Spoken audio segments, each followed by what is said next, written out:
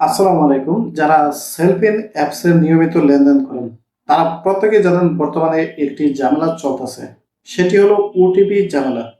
অর্থাৎ আপনি যখন নিয়মিত সেলফিন অ্যাপসে লেনদেন করেন তখন একটা সমস্যা যেটা দেখতেছেন, আপনি যখন লেনদেন করার সময় ওয়ান টাইম পাসওয়ার্ড অর্থাৎ ওটিপি প্রয়োজন পড়ে, সেটা কিন্তু বর্তমানে অনেকেরই সমস্যা দেখাচ্ছে। ওটিপিটা আসতেছে না বা ওটিপি পাচ্ছেন না। সেক্ষেত্রে কিন্তু আপনার মানি ট্রানজাকশনের সমস্যা হচ্ছে, আপনি কিন্তু সঠিক মতো মানি ট্রানজাকশন করতে পারতেছেন না, লেনদেন করতে পারতেছেন না। এখন প্রশ্ন হলো, এই সমস্যাটা কেন আসতেছে? এই সমস্যাটা যদি স্থায়ী সমাধান হয় সেটা কিভাবে সম্ভব? দেখুন যে এই ওটিপি সমস্যাটা, সেটা কিন্তু মূলত কোনো স্থায়ী সমস্যা না। অর্থাৎ ব্যাংকের কোনো সমস্যা হচ্ছে না। এটা তারা যে আপডেট নিয়ে আসছে সেলফিন অ্যাপসটা, সেই আপডেটে কিছুটা সমস্যা রয়েছে।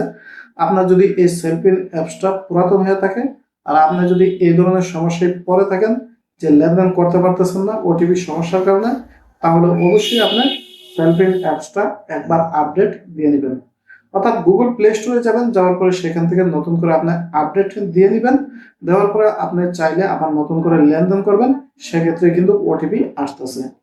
তো আরেকটা জিনিস, যাদের আপডেট দিতে পারতেছেন না তারা যেটা করবেন সেটা হলো যে আপনার সেলফিন অ্যাপসটা আপনার আনইনস্টল করে দিবেন। দেওয়ার পর আবার নতুন করে গুগল প্লে স্টোর থেকে আপনার নতুন করে ইনস্টল করবেন।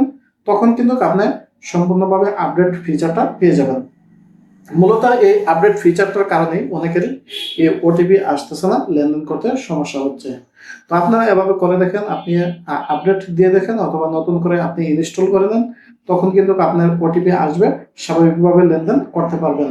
তো যাদের পুরাতন এই যে সেলফিন অ্যাপসটা রয়েছে, তাদের আপডেট না হওয়ার কারণে মূলত অনেকেরই এই ধরনের ওটিপি পাচ্ছে না বা আসতেছে না।